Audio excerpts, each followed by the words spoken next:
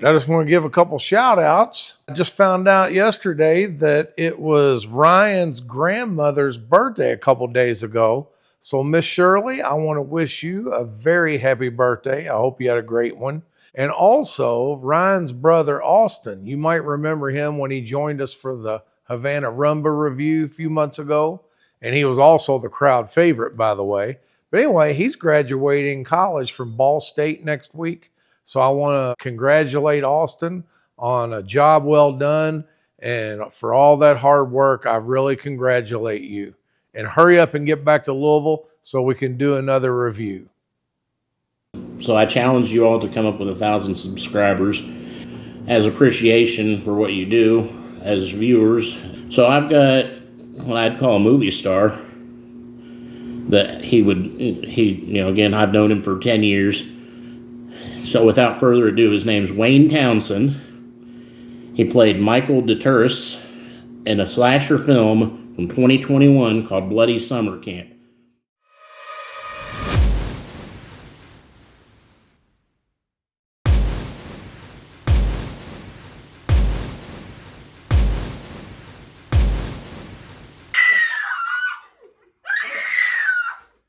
All right, so today we've got a special guest, as you can see in the screen, Wayne Townsend, actor and a former co-worker. That's how we know each other. But I mean, that's another story. So this is all about a story for another day. The Bloody Summer Camp. So, Jay's here. He's gonna just kind of hang out with us today. He's on vacation, but he wanted to be part of this. Well, I mean, hey, let's rock and roll. That's what it's all about.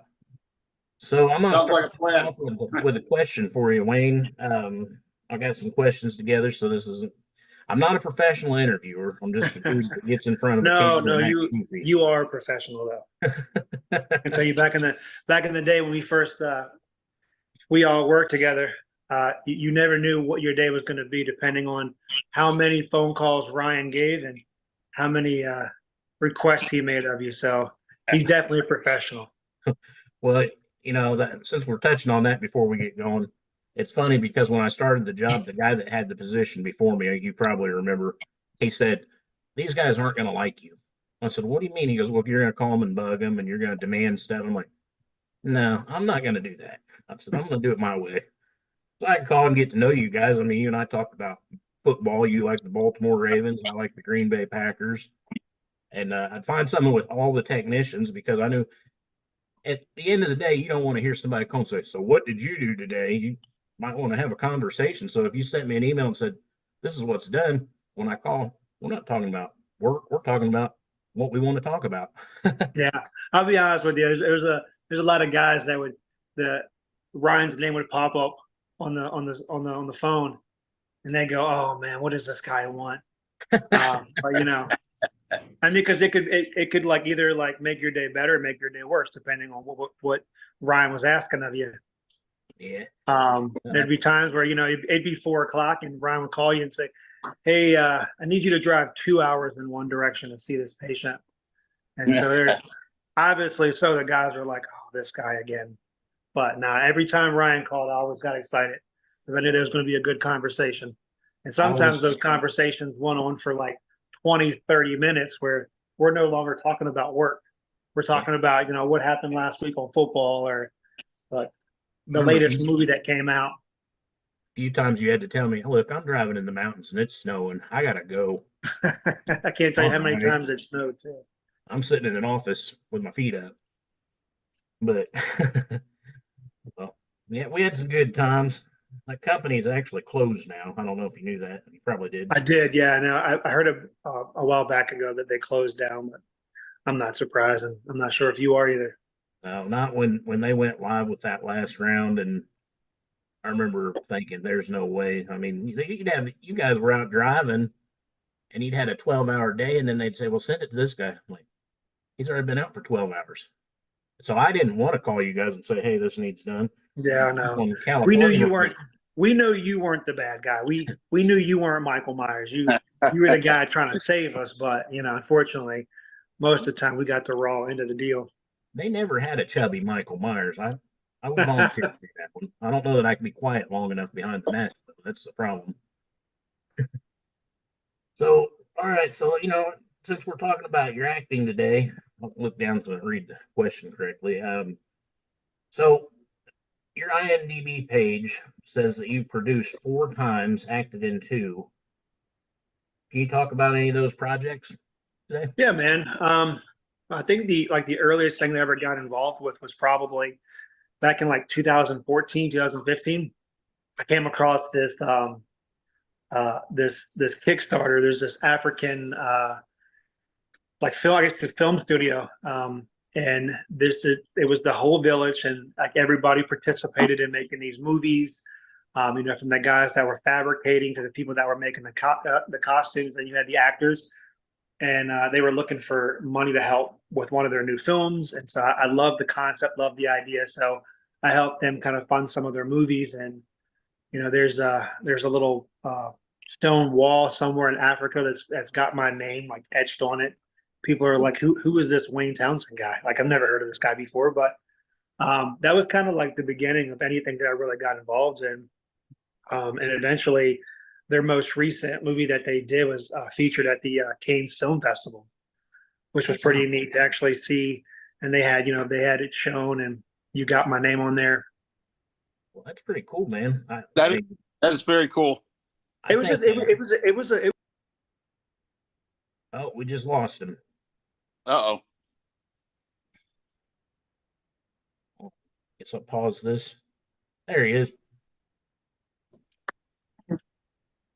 Well, we can edit some of this out if it might be funny to keep in the. You there, Wayne? Hey, sorry guys, I dropped you. Yeah, well, I thought, well, he's done with us. He's tired of talking to us. Interview's over, game over, done. No, but yeah, so like I said, it was a really cool idea, and I love the concept. And I said, maybe I can get involved in these movies somehow. Didn't quite know how until a local guy was making a movie probably about 20, 30 minutes down the road. And I was like, that's pretty close. I reached out and said, I'd love to come see your movie. And went to the premiere of his first movie. It was called Curse of the Slasher Nurse. And there are people that were involved in the movie that I grew up with and that I knew. So kind of segued into kind of getting involved with these people. And they did a sequel, and just through communication and talking, they were like, would you like to be in it? So my wife was in that one with me. And then just through that, we got to talking about like some of our favorite films and the types of film that we enjoyed. And we all loved 80s slasher films. And one thing kind of led to another. And then I kind of got involved into that with my buddy Dave and Amber and Owen and all those guys. And it kind of brought together a whole bunch of people that love the genre. And they just wanted to make a really cool 80s slasher film. And that's how Bloody Summer Camp came to be. And that's when it was all about. It was like Nightmare on Elm Street when it came out. People watch it now and they're like, man, that's cheesy. But back when it came out, it was great. And and I mean, that was some of the conversation that we had too. You have to understand that those movies, if you try to make an 80s inspired movie today, and they have this kind of like level of polish to them. Mm-hmm. So like they look aesthetically like the 80s, but it didn't feel like an 80s film. And that's really one of the things I know that we talked about early on, was just trying to make this movie feel like it could have come out in the 80s. With it being a small budget indie film, you kind of have to do what you can. But I think overall we did a pretty good job at trying to capture the feel of something that could have taken place and been filmed in the 80s. Yeah, I know when I watched it, it just seemed like everything flowed naturally. It's almost like friends hanging out. But I mean, obviously you got to have some script to go off of, but it seemed like there's a lot of improv. Yeah, I mean, there's a good bit. It just kind of depends on the scene. It's an independent film. It's a low budget film, so you're usually only working with about $40,000 or $50,000 that you raised from people that support and that want to kind of see the movie, come to life. So you've got to look at things like that, and then you're not a big production, so you don't have 20 or 30 people having their eyes on a particular scene. You maybe got like 4 or 5. Mm-hmm. And so you got to make sure that things add up. And a lot of what we did in the movie was from the script. But you have times where you'll try something and it just doesn't feel natural. So then you'll want to change it. So I'd say there's a pretty good balance, 50-50 of like, read what's on the page. And then if we can make it better in the moment, here's how we can do it. Absolutely. Now, you ready for the curveball for the audience here? Let's go. All right. So we got some special drinks. This is the sweet corn, which is the least disgusting, in my opinion, of what'll be. I've not tasted it yet, but I'm just going by what I'm thinking. We've got 6 different drinks, which we'll go throughout this, and kind of like, all the hot ones, but with our own spin. I mean, let's do this. I'm a little bit scared. Oh, I'm very scared. So, oof. Same time. Just the smell. All right. Here we go. 3, 2, 1. Cheers.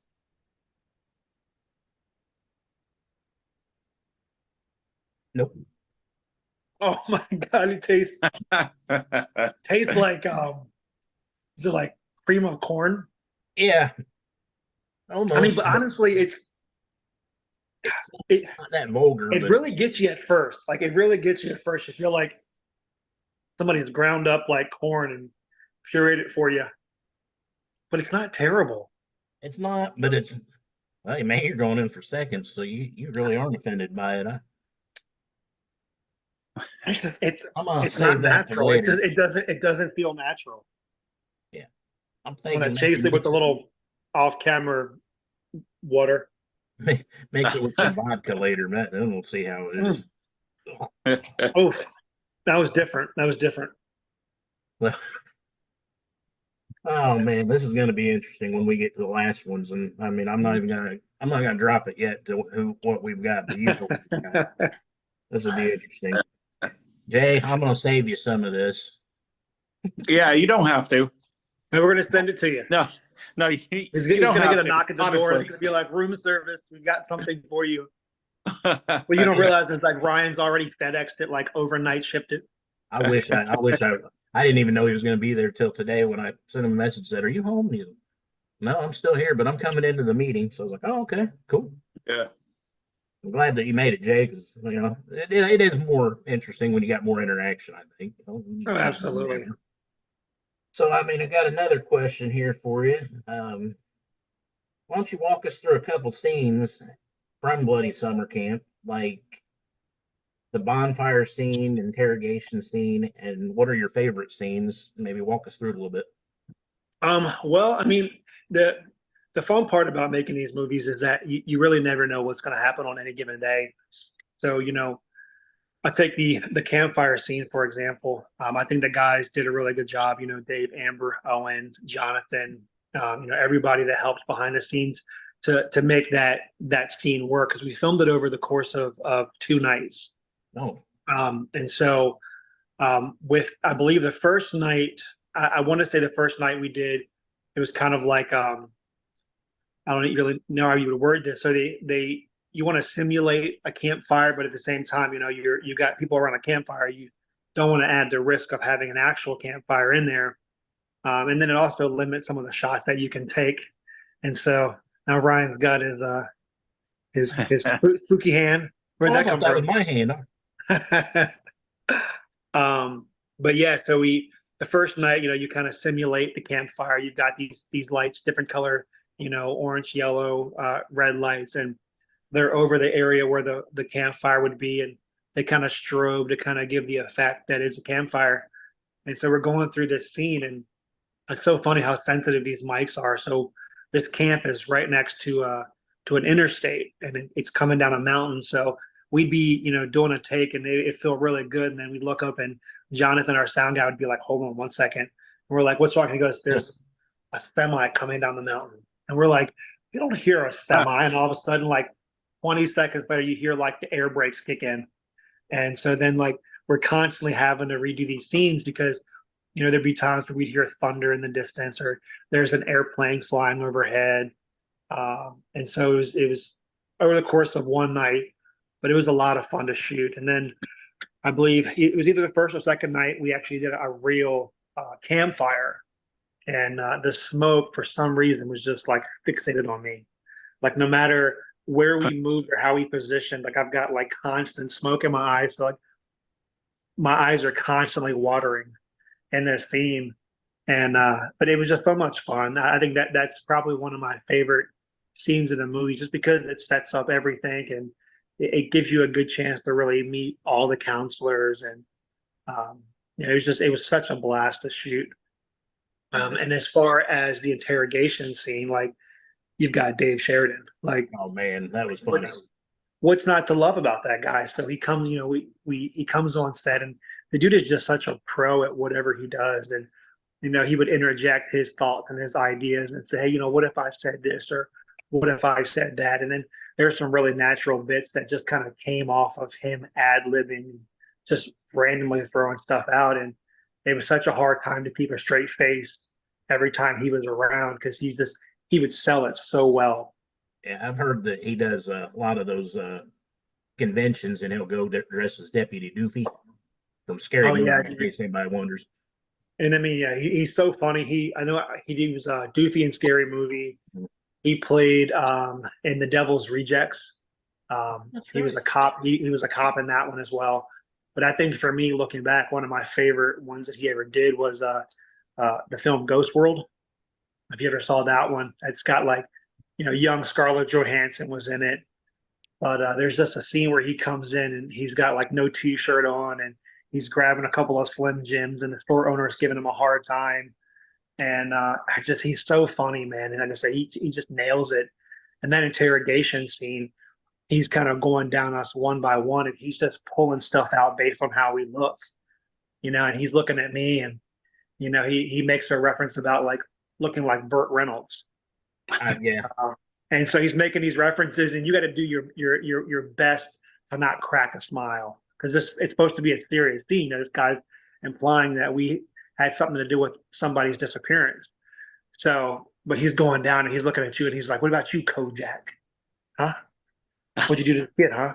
And then he goes on to kind of goes down the line, and he goes over to one of my buddies, Zach, and he plays Hudson. He's this big guy, and he walks up to him, and you could just see like him trying to hold it back. And he's like, "What about you, Ivan Drogo? Huh?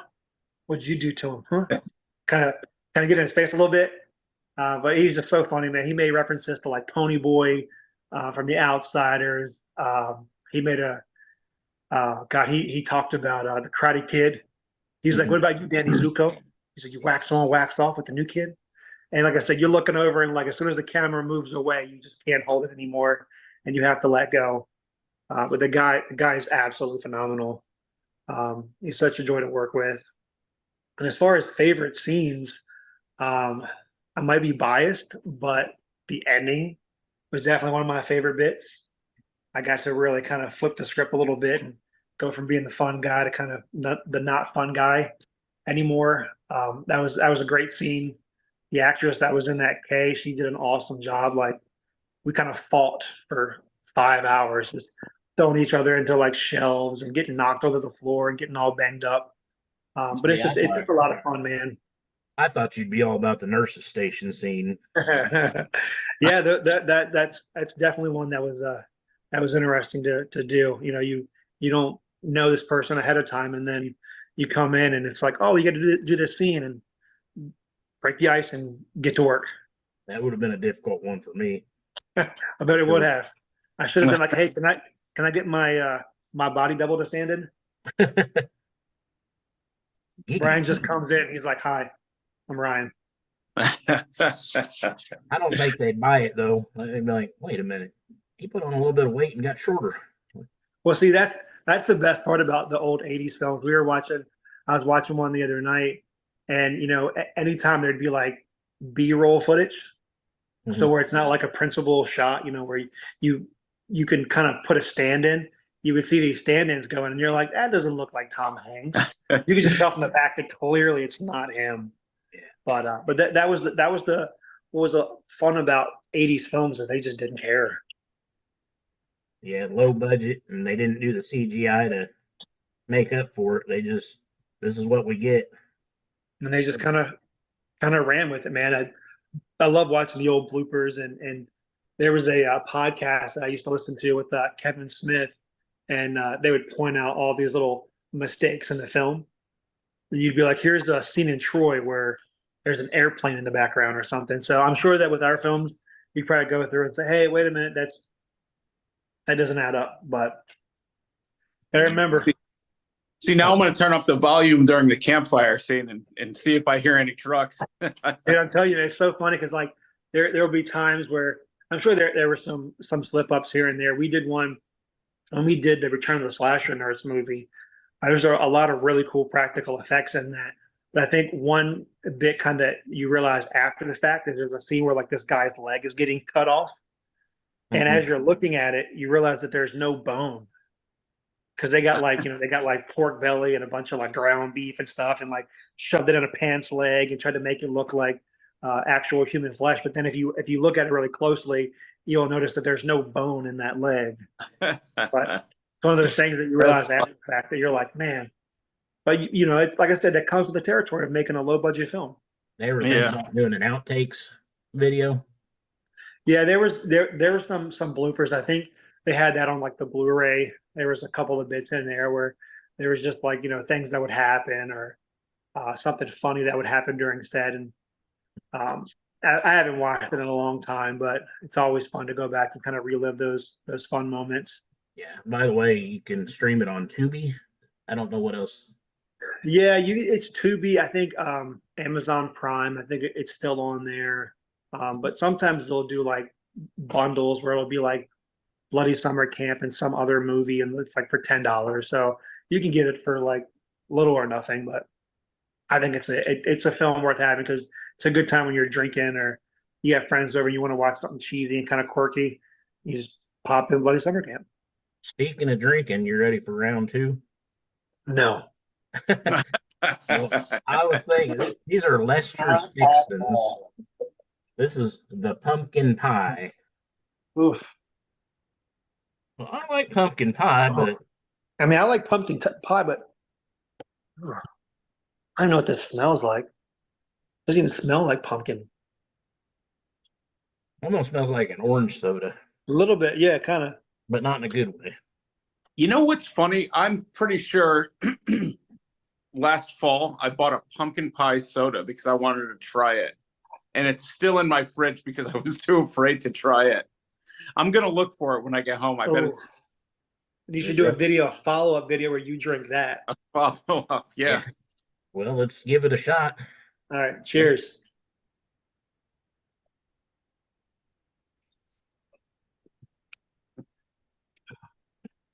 Wait a minute. All right.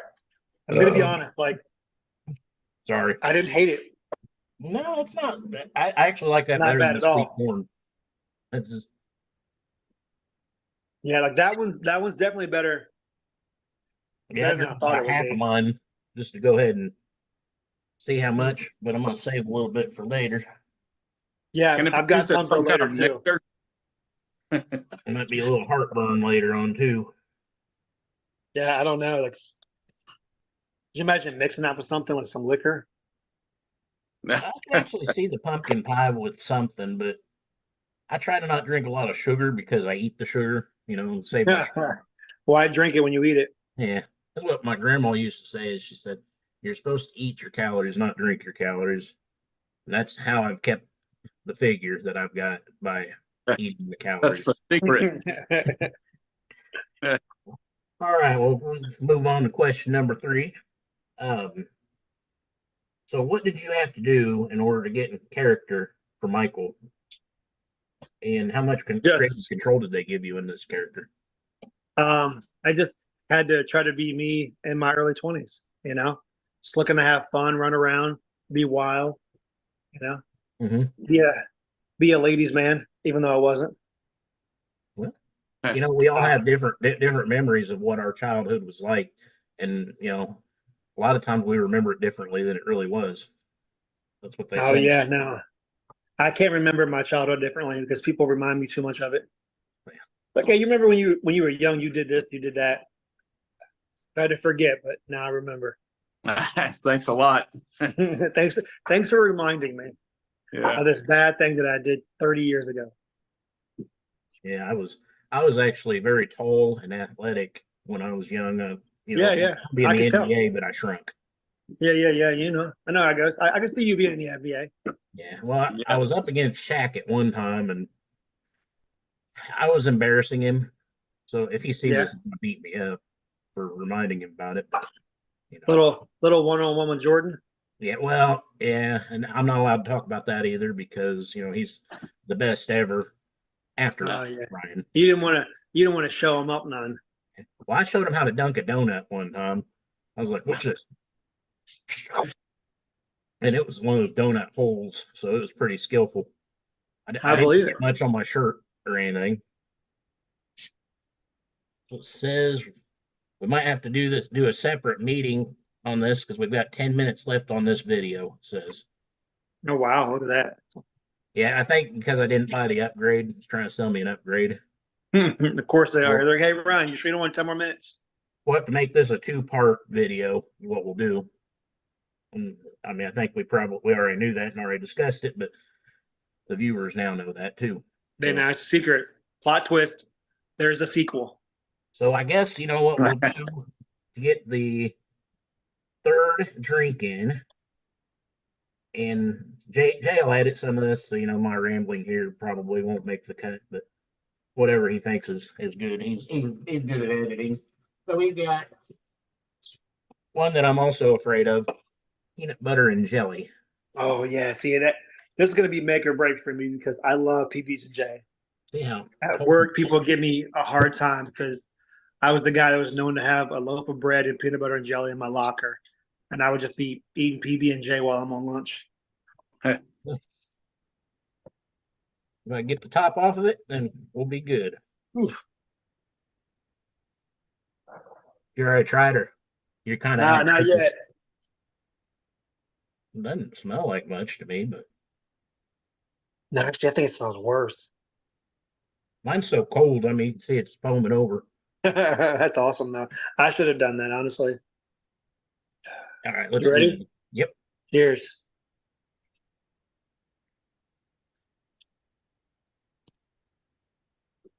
That's not terrible. We have different taste profiles. I was gonna say Wayne's face says something different than not terrible. Oh no, sweet corn and pumpkin pie were not terrible. I think that might actually be terrible. There goes PB&J for you. Oh, that's gonna ruin the whole thing. I'm gonna need to switch to tuna fish. I almost did get us tuna fish flavored, but that Oh one you had to god. buy separate, so I had to buy six different and have them all shipped, and that would have been pretty expensive. So Oh man. we'll stick with this theme of Lester's fixins. That was rough. I may just not have got because this is so icy. Maybe I need to pour some in a glass. See how it's. Well, Toasty though. made me a little mess. So Yeah. Ryan, you're trying to warm it up to make it worse. Well, it's ice. It wasn't I even know. pouring. See how the- It's like a popsicle. Yeah. Peanut butter and jelly Oh, you know what? popsicle. Yeah. I wasn't too smart. I put dry ice on top of it.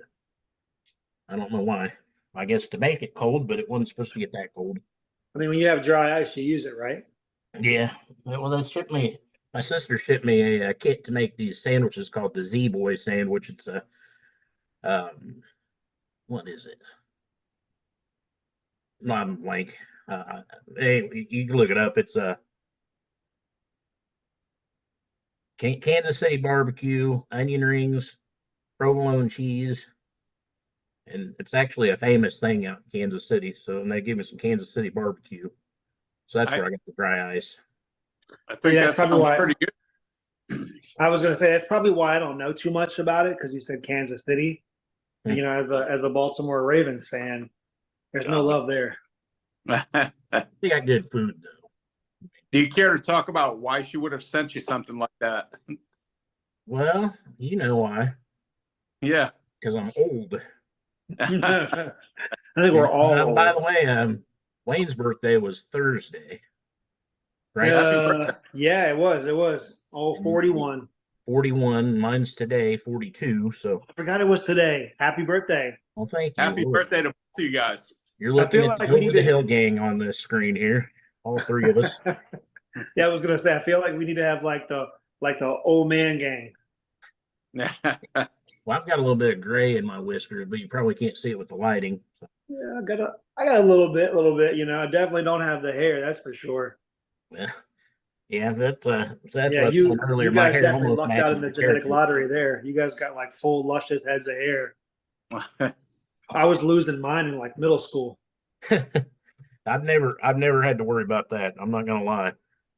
It's not, but I can't grow the full beard or anything. This is about what I get. No.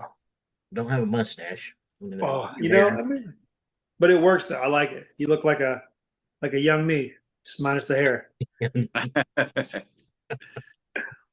Well, I guess I've got to set up another Zoom meeting real quick, and then we have to regroup. This will be episode 1. We'll say stay tuned for episode 2. Rock. Stay and roll. tuned for episode 2, where the killer may or may not come back, but it may also be a new person. Just depends on.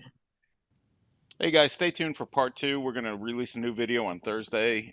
May or may not be part 2. We may do something else first. May do part 2 next. Yeah. Remember to keep it cool and rock and roll. Yeah.